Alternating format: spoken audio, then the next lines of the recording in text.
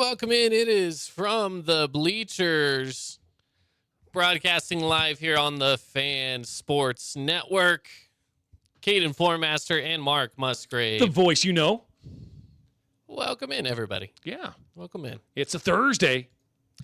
Thursday. It is Thursday. Yeah. Feels like hump day, but it's not. 'Cause remember, we were off on Monday, but we are back and better than ever. I don't know about that. Oh, we try to be. But hey, we are so excited, though, because next week, things really kind of kick into gear. We've got Media Day next week for Region 9. For all of you out there, remember, we're not Region 10 anymore. We have moved on. We have moved up the scale a little bit to Region 9, back to Region 9. Yeah, back to it. So how many times do you think you're going to mess that up this year, Caden? 12. I will not mess up at all because going back to the original, because we used to be Region 9. Yeah. Then we were Region 10, and that's when you kind of got into things, is when we became Region 10. So when we started the Fan Sports Network, it was Region 10. Yeah. It's always been Region 10. It had just changed. Yeah, as long as I've been following it, it's been Region 10. But and I made back to Region 9. I made a few mistakes that first year calling it Region 9 when it was Region 10. I will not make that mistake this year. If you do make that mistake, I guarantee I'm calling you out. As you should. I would totally call you out, so you should definitely call me out. I know I'm going to mess it up. I mean, it's not a matter of if, it's definitely a matter of when. We're just excited, though. Region 9 Media Day next week, Wednesday, I believe, correct? Correct. Wednesday of next week. And so during our show on Wednesday, we should have cuts and clips of that show for sure. And just excited for high school sports to start up again. I was just talking to one of our coworkers out in the hall. We were talking about some Desert Hills stuff that we were both kind of volunteering and doing.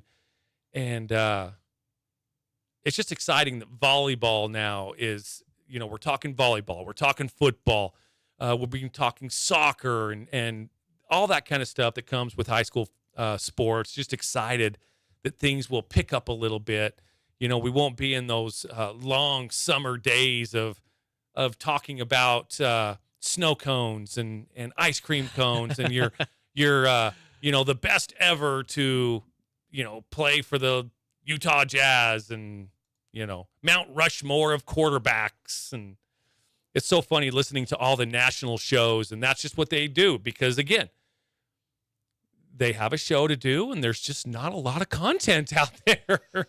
You got to talk about something. So sometimes you have to get a little creative with what you're going to talk about. That's for sure. It can be tough, especially right now. I mean, I know that we're a local sports show. We cover Southern Utah, but not a lot's going on in Southern Utah. Right. But it's going to change, though, next week or two. That's going to change. That's going to change.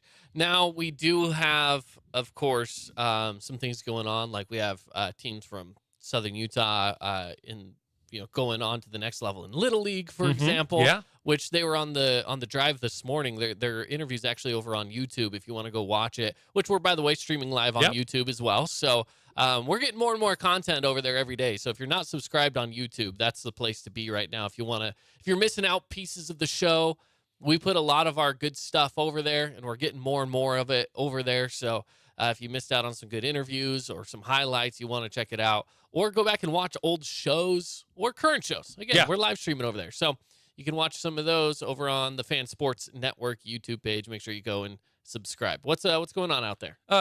That coworker that I was just talking about, we were talking out in the hall, he had my sunglasses on. That jerk. But he took care of it. That's funny. Anyways, we are well underway now with the preparations for the upcoming fall sports season, which fall sounds weird to me. I know we call it the fall sports season, but fall isn't really until mid-September, and at that point, we're halfway through. And it's still 110 degrees outside. And it's still very warm outside, absolutely. So that's kind of the stuff that I got to get used to. Yes, it's fall sports, but we're in the thick of summer still. Yep. I mean, what is it? My watch says it's 108 outside right now, so that is definitely not fall weather, I'll tell you that. I know. I know. But I It's not great. I promised myself I would not complain about the heat, especially back in February and March when it was so cold, and it stayed cold longer this year. Like I said, That's true. our summer got pushed back a little bit We this had year. a very mild June. June. Yeah, May I mean, and it June didn't were even so hit nice. 100 until No. the last, Absolutely. like the second to last day of June, I think was Yes. the first day it hit 100 all year long. So back in February and March, I told myself, I told Macy, I was like, I'm not going to complain about the heat because it was cold. We'd go out on our morning walk, and it was cold for a long time. Yeah. So I'm trying my darndest to not complain about the heat. How's it going? I'm battling. I'm battling, especially when the AC in my truck doesn't work all that great. I've driven in your truck. You are right. It is not wonderful. And it's still not any better, dude. Yeah. Well, anyways. that's part of it. Hey, so. some MLB trade news. Ohtani is off of the trading block. That's right. What are your thoughts on that as an Angels fan? And I'll tell you my thoughts as an outsider looking in. What do you think? I have two thoughts. The Okay. first thought is they're keeping him around because they want to make a playoff push. They're 4 games out of a wild card. They think they can do it. Today they shut out the Detroit Tigers. Mm-hmm. They shut them out. They're getting wins. They're getting closer to that mark. If they can get into the playoffs and make a playoff push, then great. Good for you. That's one side of it. Here's the other side of it. You're going to lose him for nothing now. Yep. Essentially. I mean, that's really what it comes down to. You're not getting any prospects out of the deal anymore. Or heck, even any established good players. You're not getting anything out of it. No. Except for an open roster spot. That's about And- all you're getting is an open roster spot. And you're saving some money. Saving some money. And I guess, Moreno certainly didn't want to lose the revenue that he brings in really to every game. I mean, when he pitches, I'll bet Angel Stadium, what do they call it, the Big A? Yeah. I'll bet Stadium, that's Big A, yeah. I'll bet that's sold out probably every game that he pitches. And I mean, they're getting, even when he's not pitching, Yeah, he's still in the lineup. they're still selling out probably 70% capacity, would be my guess. And when he leaves, I'm sure there's a percentage of people that just are like, you know what, our Babe Ruth is gone, so we're gone. So why? Yeah. As an outsider looking in, again, I can see why they did what they did. They're going to try to Sure. make a push, because when you get a talent like this, here's the thing: they've had 2 generational talents kind of fall in their lap. One being Mike Trout, 2 being Shohei Ohtani. Yeah. You have to do everything in your power to keep him. Now, I'm on record by saying he's not going to play in Anaheim next year unless he's on the road, on the visiting team. Okay. I think he's going, whether it's up the street to L.A., Seattle, New York, Boston, he's gone as far as I'm concerned. But I totally understand Angels front office. You have to do everything you can in your power to keep this kind of a player. They've picked up a couple of pitchers already in the trade. So the just got a Angels, few. the Angels are buyers. Okay. They want to make a push for that postseason. If they can get Shohei in the postseason, maybe that's an argument that they're headed in the right direction. You still have Mike Trout. We have some pitching now to try to get him to stay in Anaheim. I don't think when it comes to Shohei, I don't think it comes down to the biggest contract is going to get him. I just don't. I don't think he's all about the money. What I do think is that he wants a commitment to winning. Just some of the insider stuff that I listen to, podcasts and things like that. That's the kind of the feeling that some of the insiders that are closer to the Angel organization are getting, is that he's not all about just getting the biggest contract. Sure, you want to make money. Yeah. You want to have that record contract, but the feeling that they're getting is that he's not all about just that big contract. He wants to go to a team that is committed to winning, being in the postseason. So that's why I kind of take Seattle off the market as well. I think it's going to be Los Angeles, New York. And maybe I could see that. Maybe I could So see that. that's kind of what the stuff I've been listening to and kind of getting out of. When he goes to a team, the Angels aren't big on analytics. They aren't big on things like that. When you go to a team like the Dodgers, per se, they're big on analytics, I think sometimes to a detriment. But they just have that commitment to winning, and they have been. The Dodgers have been in the postseason for, I think, the past 5-6 years. And that's where Shohei wants to be. He wants to be in the postseason. That's where, what's the quote in Sandlot where Babe Ruth, it is Sandlot, where he says legends are made, or I you know don't what I'm remember. talking? I do, but I don't remember. That's where legends are made. They're made in the postseason. They're not made in games 1 through 162. Okay? Yeah. They're just not.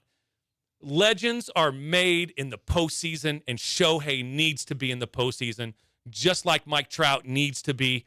I'm afraid that Mike Trout, this generation's best player for the past, from decade, from 2010 to 2020. Yeah. Okay. I'm afraid his career just got wasted. I really Which do. is so sad. Because So sad. he should have been in the postseason every single year. He's that good of a player. Yes, some injuries have kind of gotten him a few years, but Mike Trout, I don't think people realize, especially on the East Coast, I don't think people realize how great of a player Mike Trout was and is still. It helps now to have Shohei there because people now can watch Angel games for two reasons, because you do have Mike Trout. Well, right now, obviously, he's injured, but the point is, in that organization, having two all-star caliber players like that, you're going to get some outside eyes looking in who can see how good Mike Trout is. Now, here's the problem with the Angels, is they're in third place to get into the third spot, the third wild card spot. Yeah. Now, they've got to jump the New York Yankees. They've got to jump the Boston Red Sox. I don't think it's too big of a task to jump the Boston Red Sox, even though they are. They won last night. They've won 4 in a row. They're playing well. That's what I'm saying. They beat the Braves. Like they're playing good baseball. They are playing good baseball. I don't know if it has sustainability. Yeah. But here's the thing with the Yankees. They're going to be buyers at the trade deadline. Plus, they're going to get Aaron Judge back possibly this Friday. So that's like getting a big, probably one of the biggest, trade acquisitions on your team, because he's coming back, and that's going to be a tough task, is to be able to outplay the Yankees. You have to jump those. Like I said, the Angels are in third. They're in third place to get that third spot. Yeah. So there is a big task ahead of them. And again, the Yankees are only going to get better with Aaron Judge coming back. They're going to be buyers at the trade deadline. So they're going to be somebody to contend with for sure. Yeah, I agree with you on that. They're going to be one of those teams that are going to try to go out and do what they can to make that postseason push, because they're kind of on the chopping block as well. They're the next team ready to go down, I guess, right? Just between them and Boston. And there's always a sense of pride in New York where you have to finish better than Boston. I could say the same thing. I could say the same thing for Boston too. You have to finish better than New York. So, there's motivation there for sure. So there's motivation amongst those two programs, right? Those two teams. One of them, at least one, will be in the postseason, if not both. And that's going to be even tougher than for the Angels to try to sneak in and I don't try know, to make something for themselves. I don't know if this is an advantage to the Angels or not, but let me just throw out a scenario. I don't know how many games that Boston has left with New York. I'm assuming there's at least 2 series left. So let's just say there's 6 games. They could be beating up on each other. And if the Angels can kind of put together a a little run, maybe while they go 3-3 against each other, or 4-4. Say there's 2 4-game series left against the Yankees for the Red Sox. So maybe the Angels can kind of take advantage of those 2 Eastern rivals going at it, beating up on each other. But the Angels are going to have to be hot. They're going to have to be going, 8-2 over a 10-game spread. So they're going to have to be playing really well. And I just looked it up, by the way. There's a 3-game series starting on August 18th, and then a 4-game series that's starting on September 11th. Okay, so they got 7 games left. Yep. So there you go. I mean, the best case scenario for the Angels is that whether it's the Yankees or the Red Sox, but they go 4-3 against each other. But not to mention, you look at it here, it's like, all right, well, they still have a couple series left against the Orioles, a couple of series against the Rays. They have to play the Rangers, who are the best. I'm talking Red Sox, by the way. They have to play the Rangers, best team right now in the AL West. They have to take on the Astros and the Dodgers. The Astros twice, actually. So they don't have a cakewalk of a schedule ahead of them. Right. Even the Mariners are going to be tough. The Giants are going to be tough. Yeah, they went through and they had that little 2-game series against the Braves. They won both of them. That's a tough series. So right now they're going in with a lot of confidence into some of these games. And I'm just looking at. So we'll see. I'm looking at the Angels' remaining opponents. They've got a tough. They're playing Detroit right now. They've got a tough 3-game set against Toronto coming up. Then they go to Atlanta. That's going to be a tough series. They'll be home against Seattle starting August 3rd for a 4-game set. That's going to be a tough series. Then they go on. Then they host San Francisco. The Giants are playing well, although I will be a big Angels fan during that series. As you should. And then they go to Houston. They go to Texas. They will host Tampa Bay. So they've got a tough schedule ahead of them as well. Yeah, and then just to throw out some other ones, then you go Reds, Mets, Phillies. Yeah. A's should be easy, but then again, they tend to lose to the A's. That happens when you play a team a lot. That's the thing, too. If you're going to make a run, you have to beat the teams you're supposed to beat. You have to. Yeah. And then you got to try to go 500 against the teams that maybe you're not supposed to win. Right. I mean, you need to play well against the Rays. You have 2 series with Tampa Bay. You have to win some of those games. You have Texas in front of you. I mean, just the fact that the division is a tough division to be in. You have to win some of those games. I mean, really, outside of the A's, every other team can beat every other team. That's how it is. Between the top 4 teams in that division, they can all beat each other up pretty well, especially this season. This season's been one of the more competitive seasons. In the past, it's been, they're playing the Astros. Yeah, they're going to lose. Yeah. It's not that way this season. They can beat the Astros. So they picked up right-handed pitcher Lucas Giolito and right-handed pitcher Ronaldo Lopez. I looked at Giolito's stats. He's 3-3, I think, this year. Yeah, he's okay. He's okay. So we'll see how he kind of pans out. But and then Ronaldo Lopez, I didn't really get a chance to look at his stats to see where he kind of sits. But he is currently, he's 2-5 with a 4.29 ERA, 52 strikeouts to 22 walks. So these aren't trade deadline killers that the Angels picked up, but they are being active, and I think that's half the battle when you're trying to show Shohei that you want to start moving the needle in the correct direction as far as being committed to winning. The Dodgers, they've been active already. They picked up shortstop Ahmed Rosario, about a 2. Last few years, he's batted about 285, so he's a nice little bat for sure. So, yeah, there's already activity going on. The Dodgers also picked up Kike Hernandez a few days ago as well. The Red Sox, in return, got Nick Robertson and Justin Hagenman, a couple of prospects. So, the teams they're active. And it's going to be fun to watch kind of what goes on over the weekend. August 1st, I believe. Is August 1st Monday? Which I think is that's the trade deadline. Tuesday. Is that Tuesday? Okay, so Yeah. August 1st trade deadline. So it'll be fun watching the, Twitter or X, whatever you want to call it, Instagram, as these deals start to be made throughout MLB, man. Yeah, it's going to be very interesting. I got a question for you. Okay. If you are the Angels and you want to win to keep Shohei around, would you be willing to reach down into the lower levels and bring someone up from AAA?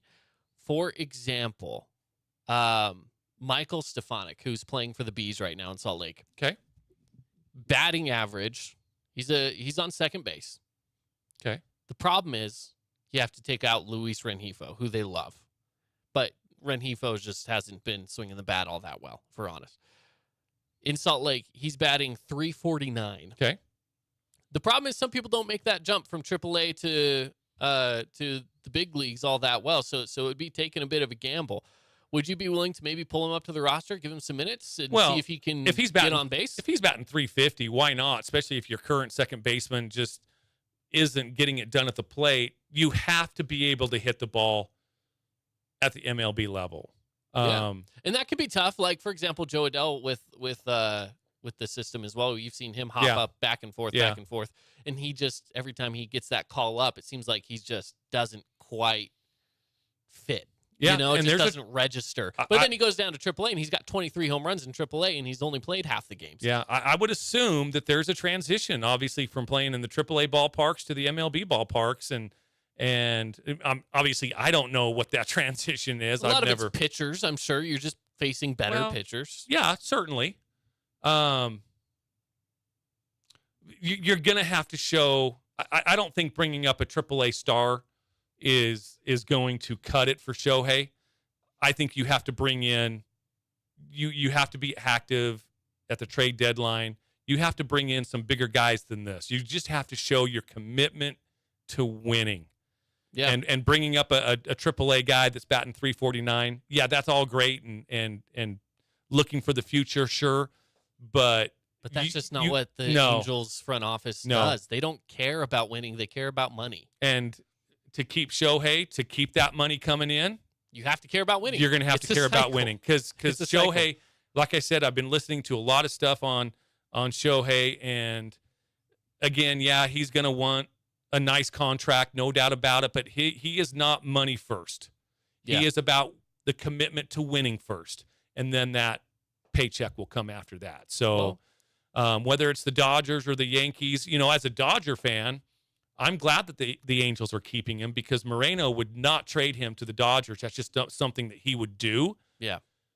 So as a Dodgers fan, now that Shohei will just walk or test the free agent market, let's just put it that way. He's going to test the free agent market. Dodgers have a chance to get him. Sure. Without giving up prospects. It's true. Just open up the checkbook. It's true. Let's take a break. When we come back, we are going to be talking about some football. We're on to our receivers. We were talking about quarterbacks yesterday. Today, we're going to be talking some receivers. So stick around with us. More coming up next here on From the Bleachers. Hey, it's Caden Formaster. And Mark Musgrave, the voice you know with the Fan Sports Network. Check out our local sports radio show, From the Bleachers, live every weekday from 4 to 6 p.m. Listen to us on the radio on 99.5 or 95.3 FM. You can also listen through the Fan Sports Network app or watch the show live on the Fan Sports Network YouTube page. The Fan Sports Network is your home of Utah Tech Trailblazers, high school sports, and the pros. The Fan Sports Network, Southern Utah's home for local sports. Did you know that St. George News has a new app? Download the St. George News app today and stay up to date on everything happening in Southern Utah. Get instant notifications on news, weather, sports, and more. Download the app today and get your local news now. Media is everywhere. It's a part of our daily life, our routine, not just for entertainment, but to stay informed. Local media has the biggest impact on your daily life. It's what's around you, what matters. And at Canyon Media, our goal is to deliver the very best in local entertainment, news, and media. From our award-winning radio stations like 99.9 Coney Country to Southern Utah's #1 source for local news, St. George News, we believe in delivering free, fast, and accurate local news, entertainment, and information to all of Southern Utah through our entertaining on-air personalities and music, compelling local shows, and community events like the City of St. George 4th of July celebration and charitable events like Coney Coins for Kids. From our entire team of dedicated designers, videographers, salespeople, digital marketers, writers, and on-air talent, thank you for letting us be a part of your daily life. Canyon Media, here for you.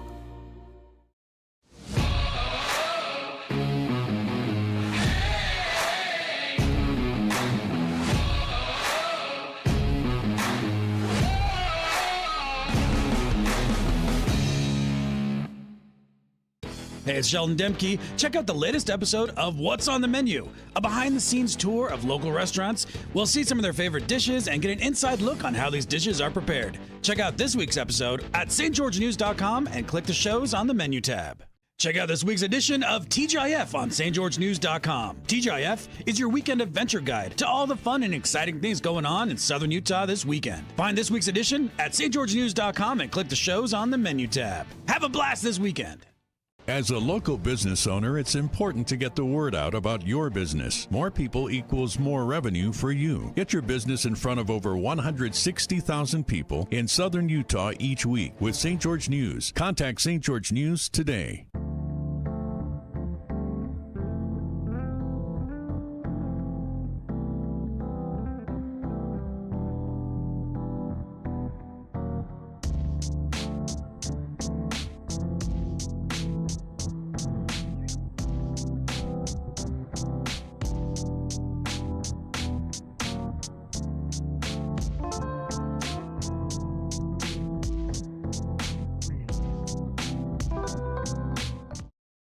Welcome back in, everybody. It is from the Bleachers here on the Fan Sports Network. Caden Formaster and Mark Musgrave. The voice you know. Hey, Caden, tell me if you would do this or not. All right. Is it worth it to Yes. change your name legally to Subway? Eat fresh. That could be your middle name, but okay. So you just you have are to Subway Eat Fresh Musgrave. you have to change your name to Subway, and you have a chance. You have a chance to win subs for life. Worth it or not? No. No, me neither. No. Sorry, I'll Not for subs. No. I mean, would I change my name to Little Caesars if I could win some free pizza? really. No, I also wouldn't do Okay, that. But wow. Oh man, could you imagine? Yeah, I would not though. What kind of subs are we talking about? Is it Subway? and it is Subway. Yeah, Subway? yeah. Yeah. They're actually starting that contest August 1st. You can go to subwaynamechange.com. Subwaynamechange.com, and yeah, for a chance, you change your name legally, and yeah. Yeah, I'm not on board. Obviously, this wouldn't work for Jimmy John's. You could just change your name to Jimmy, Jimmy John. and John. JJ. I mean, But yeah, that actually might work better because you get more people that'd be willing to do it. To make So- people go through the legal process to change a name for a chance. yeah. You would get, the winner will get $50,000 worth of Subway gift cards. So it's really not unlimited unless you're in your 70s, I guess. But I mean, $50,000 worth of Subway You- sandwiches is a lot of you Subway would have sandwiches, to though. eat a lot of Subway. Oh my gosh. You know, you could be a hero at some of these, be affiliated with a high school or something like that, or a club, and Donate a it- couple $100 yeah, worth of sandwiches. Every so absolutely. often. You could be Dude, a hero. You would be the life of every Yeah. party. Or you would be really boring after a while. You'd be like, all right, we're holding a party. Subway's bringing the sandwiches. Yeah, exactly. Remember, your name's Subway. Your You name is just Subway. changed. Yeah. Subway's bringing some sandwiches, I Yeah. guess. Bringing a 6-footer. Anyway. Yeah, so Uh, and that's a real thing, by the way. Seriously, that's a real thing. It is a real thing. Yeah. It's very impressive. So, Very interesting, to say the least. So, yeah. All right, well, we're talking about receivers. Yesterday, we went over the rankings of every division based off of their quarterbacks. Okay, so that means, for example, where does the AFC West, where do they fall in line versus, say, the AFC East, right? Mm-hmm. So today, same thing, but we're talking receivers. Yep. So I'm noticing a trend. The trend being the same division that was in last place yesterday with quarterbacks is the same division that is in last place today. It's true. With the wide receivers, and that is the NFC South. Yeah. And, I'm looking at these, looking at the wide receiver ones. That's not a bad group. Just to throw out some names: Falcons, Drake London; Panthers, DJ Chark; Saints, Chris Olave; Buccaneers, Mike Evans. Wide receiver twos, Falcons, Matt Collins; Panthers, Adam Thielen. And this is older Adam Thielen, but Adam Thielen nonetheless. Saints, Michael Thomas. He's been in and out with injuries lately over the past couple of years. My favorite meme that I've seen recently is Damar Hamlin is back, and he's in the lineup, and he's practicing and stuff. He's out there doing stuff. And the meme was basically just a picture of him, and someone said, man, the dude literally died and came back before Michael Thomas did. I'm like, you make a great point. Michael Thomas cannot stay on the field. Yeah, yeah, for sure. Chris Godwin, again, good wide receivers. It's the wide receiver 3s and 4s where it really falls off, and I'm not going to go over all those, but yeah, I mean, that's a decent. I think 5 years ago, other than Drake London, obviously being a rookie last year, and Chris Olave also being very young. 4 or 5 years ago, this is a really good group. Yeah, Mike Evans, Chris Godwin, Michael Thomas, Adam Thielen. It's true. It's true. Yeah, I agree with you on that. I feel like this would have been a decent lineup for a lot of them. And then you have some younger guys in there like Drake London and Chris Olave who are making names for themselves, but they can't carry this entire division on their own shoulders, And honestly, looking at numbers, the division that came in next. Yeah, let's talk about them. The AFC South. I would almost, I think I would take the NFC South over this group. I really do. Now, looking at this group, okay, so for the Texans, it's Nico Collins, number Who? 1. Who? Nico. Oh, Nico Collins. Yeah. Okay. He's around. Okay. Michael Pittman with the Colts. Calvin Ridley with the Jags. Who's back? Yeah. Calvin Ridley's back.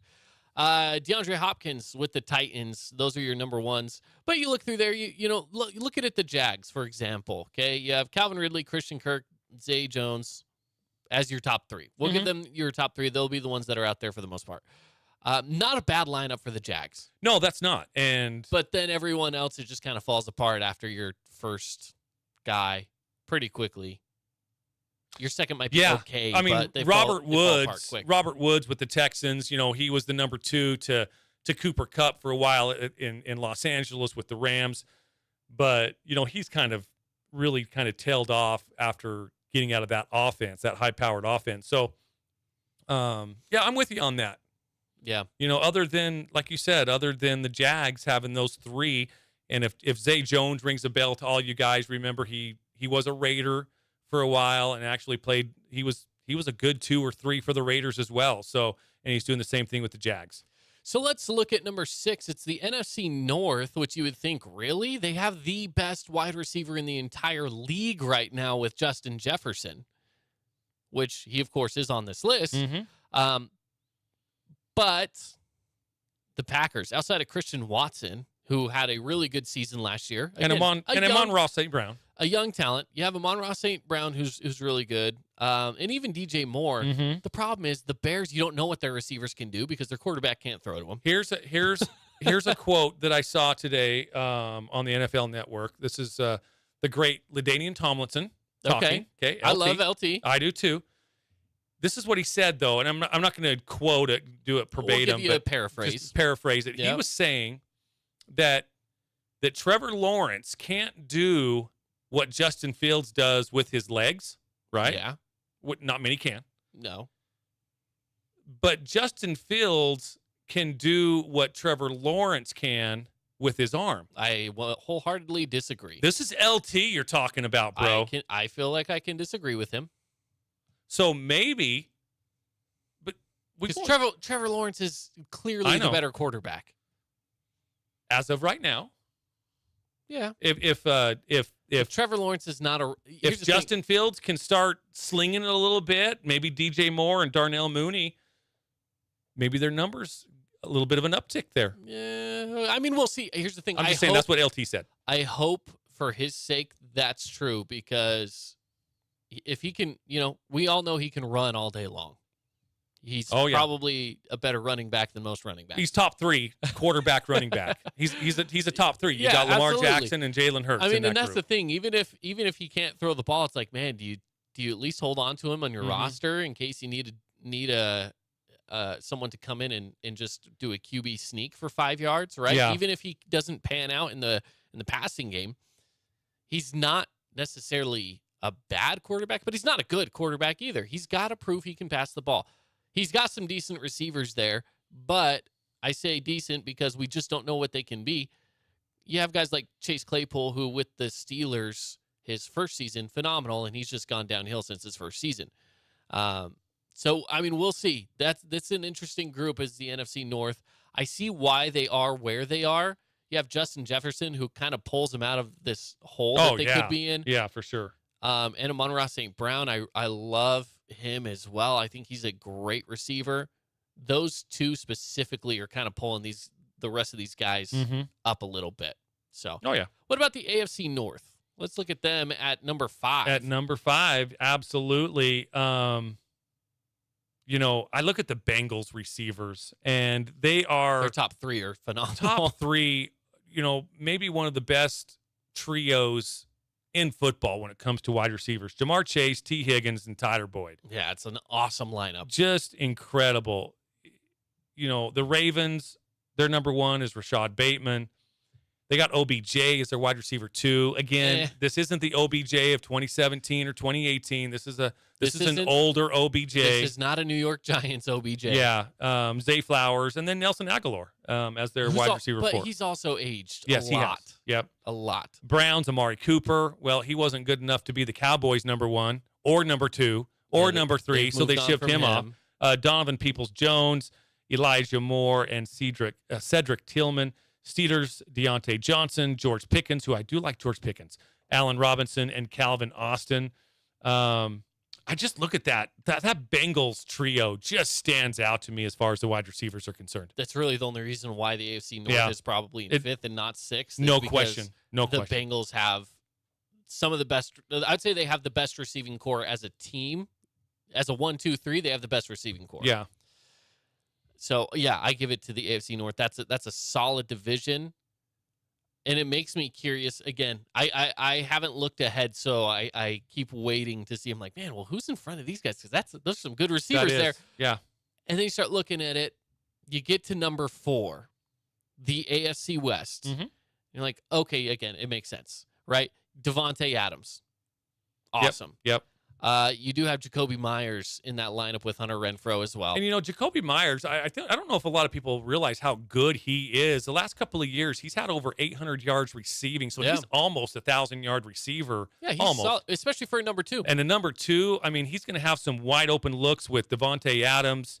On the other side of him, there's going to be heavy coverage on Devontae.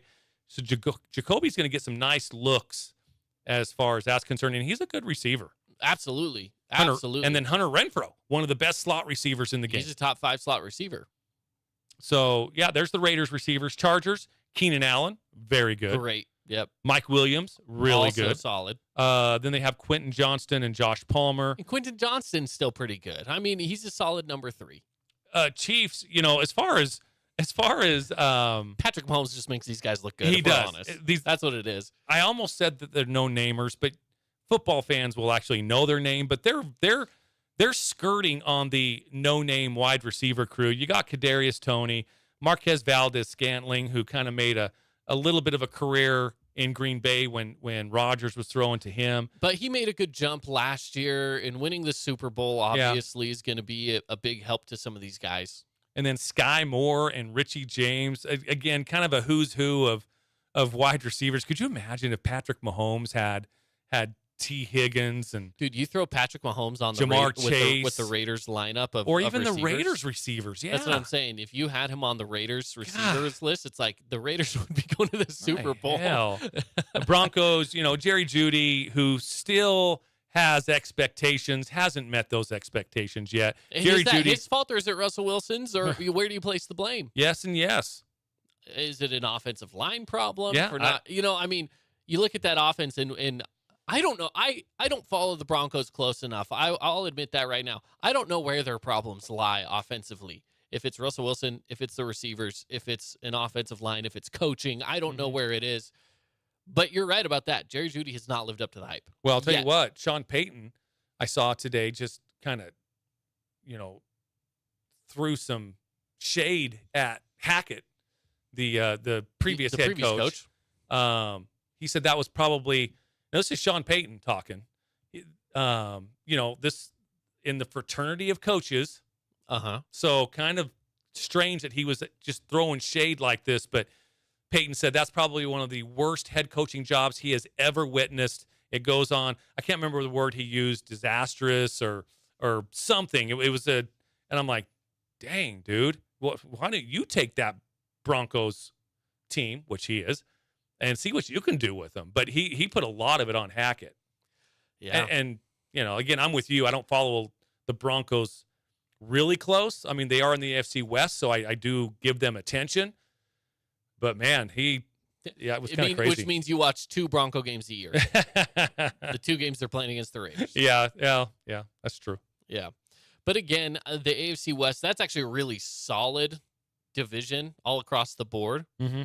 I think we're getting into those areas right there where it's really, really just solid. So let's take a break. We got the top 3 coming up after the break. The top 3 divisions. Who's making number 1? Which division has the best receivers in the NFL?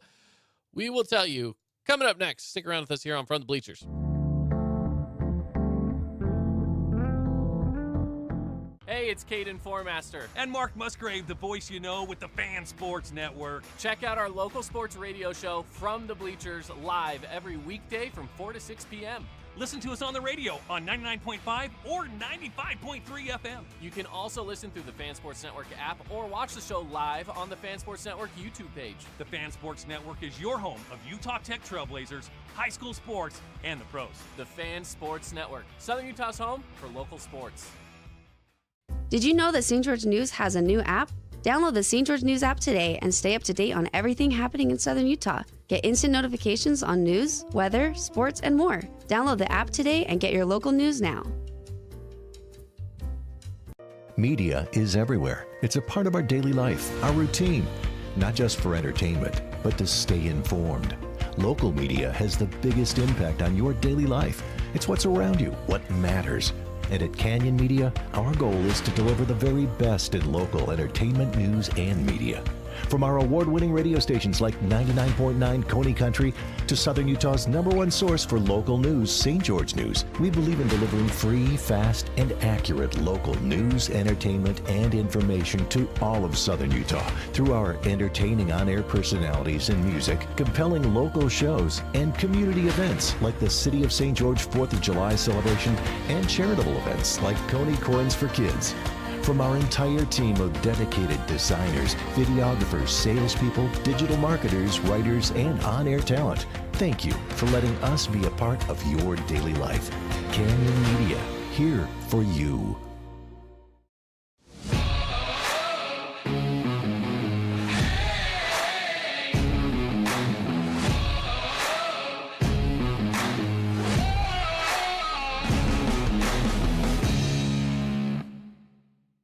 Hey, it's Sheldon Demke. Check out the latest episode of What's on the Menu, a behind-the-scenes tour of local restaurants. We'll see some of their favorite dishes and get an inside look on how these dishes are prepared. Check out this week's episode at stgeorgenews.com and click the shows on the menu tab. Check out this week's edition of TGIF on stgeorgenews.com. TGIF is your weekend adventure guide to all the fun and exciting things going on in Southern Utah this weekend. Find this week's edition at stgeorgenews.com and click the shows on the menu tab. Have a blast this weekend. As a local business owner, it's important to get the word out about your business. More people equals more revenue for you. Get your business in front of over 160,000 people in southern Utah each week with St. George News. Contact St. George News today.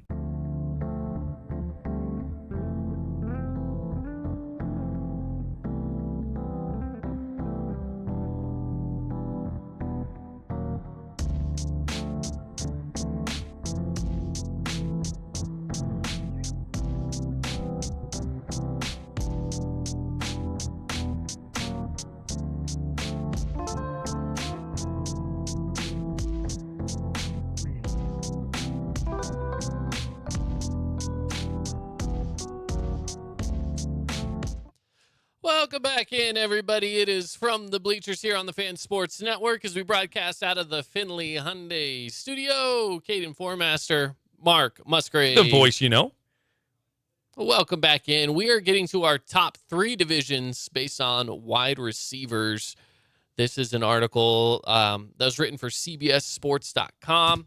We went over quarterbacks yesterday. Right now, we are into the top 3. So, speaking of quarterbacks, Bengals, Joe Burrow was carted off today. yeah. If you haven't heard that news yet. Now, I watched the video. It looked like it was a cramp, but yeah, it was a non-contact injury, which kind of can be scary. Now, they talked with Jamar Chase, who him and Joe Burrow know each other very well, and they know each other's social cues even, right? And Joe Burrow supposedly just gave him a look as he's being carted off the field, and the look was basically like, yeah, I'm fine, don't worry about it. Like, it's not a big deal. I saw the video. Like I said, it looked like a cramp, but and I think that they're calling it a left calf strain. So we'll see what happens. It very well could. But still, just man, be when a you see your franchise quarterback go down on a non-contact injury and go down, you know, your heart will skip a beat for sure, because that is your franchise right there. Yeah. Oh yeah. It's nerve-wracking to say the least. Yeah. So yeah, well, you move on. That's what you do. So let's get to it. The number 3 division is the NFC East. Cowboys, Giants, Eagles, Commanders, and there are some good names in this list. I see where they're top 3. This is too high.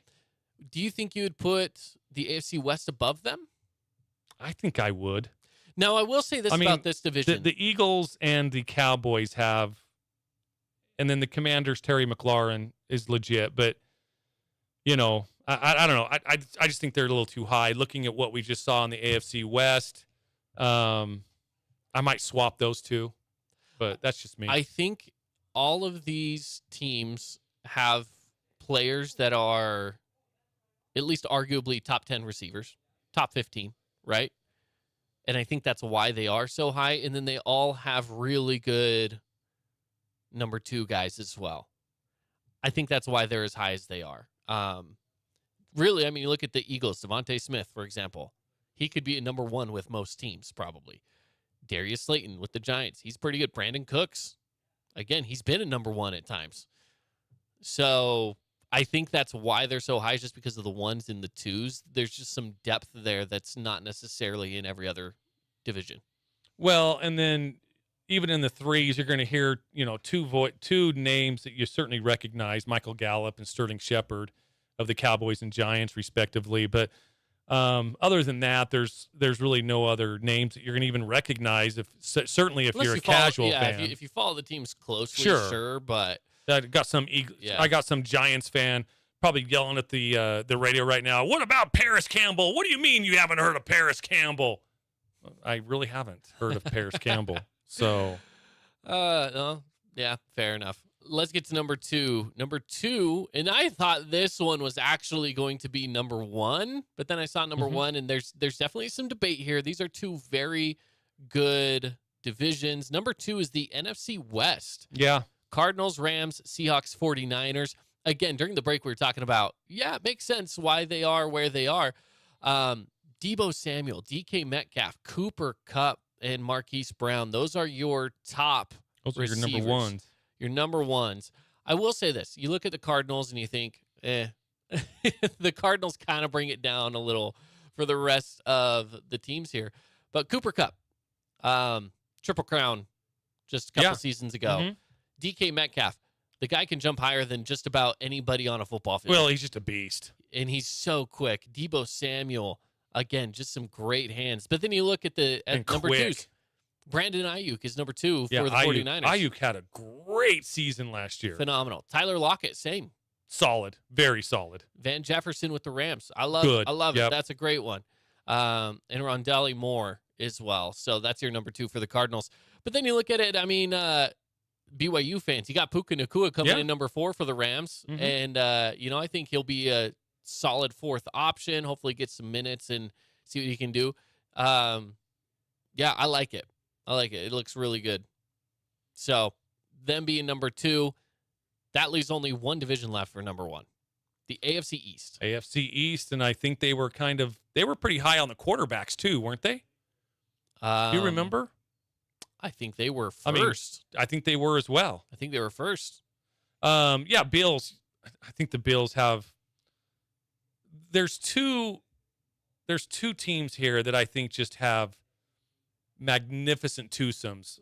They don't have the trio like the Bengals do, but man, when you're talking about the Bills, you're talking about Stephon Diggs and Gabe Davis, 2 great targets for Josh Allen. Mm-hmm. Dolphins, Tyreek Hill and Jalen Waddle. Which to me is actually one of the top duos. Yeah, just Tua has some great targets as well. The Patriots, Juju Smith-Schuster, Devontae Parker, and then the Jets, Garrett Wilson. Garrett Wilson had a great year last year. Alan Lazard's coming in. So that will be somebody that Aaron Rodgers is comfortable with, that trusts. I think that was a big pickup for the Jets. So, and then plus they got McCole Hardman, the Jets as well, as their wide receiver 3. He was kind of touted as a Tyreek Hill type of player. We'll see how that goes. Now, Garrett Wilson, he's coming off of a rookie season that was a really good rookie season where they had 3 different starting quarterbacks with the Jets. So what kind of a step up can Garrett Wilson take now getting passes thrown to him from Aaron Rodgers? I'll tell you what, he is definitely on my fantasy football watch. Oh, 100%. Garrett Wilson's really high for me on a fantasy football watch. And even a number 2 like Jalen Waddle. Mm-hmm. Oh, absolutely. Jalen Waddle is the number 2. That's really, you have 2 number 1s on that team. Oh, for sure. Especially with Tua's past with Jalen Waddle. I mean, yeah. Well, and the fact that Tua himself is mobile. Yeah. You have threats in every direction with the Dolphins offense. It's going to be so fun to watch this year. I'm not a Dolphins fan by any means. I don't dislike the Dolphins. Right. But it is a team that I kind of want to watch. Yeah. And a lot of it has to do with those 2 receivers, Tyreek Hill, Jalen Waddle. And Waddle had to put up with a little bit of, in his earlier years, you could say, without having someone like Tua in that roster. Yeah. It was tough for the Dolphins there for a little bit, but you know what? He had a good year last year, and I think that they're expecting him to have another really good one this year. Yeah. Having Tyreek Hill there does nothing but help out the team, so it's great. I like it. Those are 2 great teams that have just great duos as wide receivers, and they are fun to watch. And plus, they've got great quarterbacks too. Josh Allen. I'm going to throw Tua in that great category as well. He's just solid. So top 15 quarterback. And I love kind of how it's becoming kind of a thing now where if a quarterback is drafted, that team will actually draft the receiver from the same college team as well. You're kind of seeing more college hookups be kind of, like transitioning into the NFL. Yeah, yeah. I mean, you've got Tua, Joe Burrow and T. Higgins. Is it not T? Not T. It's why did I just lose his name? Go back to the. Jamar Chase. Jamar Chase. Jamar Chase. It finally hit me. I didn't even have to look it up. Yeah. And then you've got Tua and Jalen. And why not do that? I mean, if you're scouting the NFL and you get these very successful quarterback wide receiver tandems in college, why not try to do that in the NFL? Yeah. I think it's genius. If it works well and you're getting national championships, then why not? Why I not? think it's genius. Hey, I know we got a minute left here, but I'm sure if you haven't seen this by now, some of the news that's come out is Aaron Rodgers' new contract. Well, it turns out he took a big old pay cut, went from 108.7 million to 75 million. Oh, wow. Took a $33.7 million pay cut to go join the Jets. Wow. Boy, that's sticking it to the Packer Nation. Yeah. Now he has this year and next year, and then he'll become a free agent for 2025 season. But He retires after that, doesn't he? He'll probably retire. I think he gets 2 years with the Jets I think he just wanted out of Green Bay, and the Jets were available. He's like, yeah, get me out of here. And those guys look like they'd be fun to play with. Bunch of young guys. MLB rumors, Dodgers looking at Nolan Arenado. Stay tuned. Stay tuned. Yeah. Well, I guess we'll see. All right, we gotta get out of here. You guys have a good one. We'll be with you again tomorrow. See ya.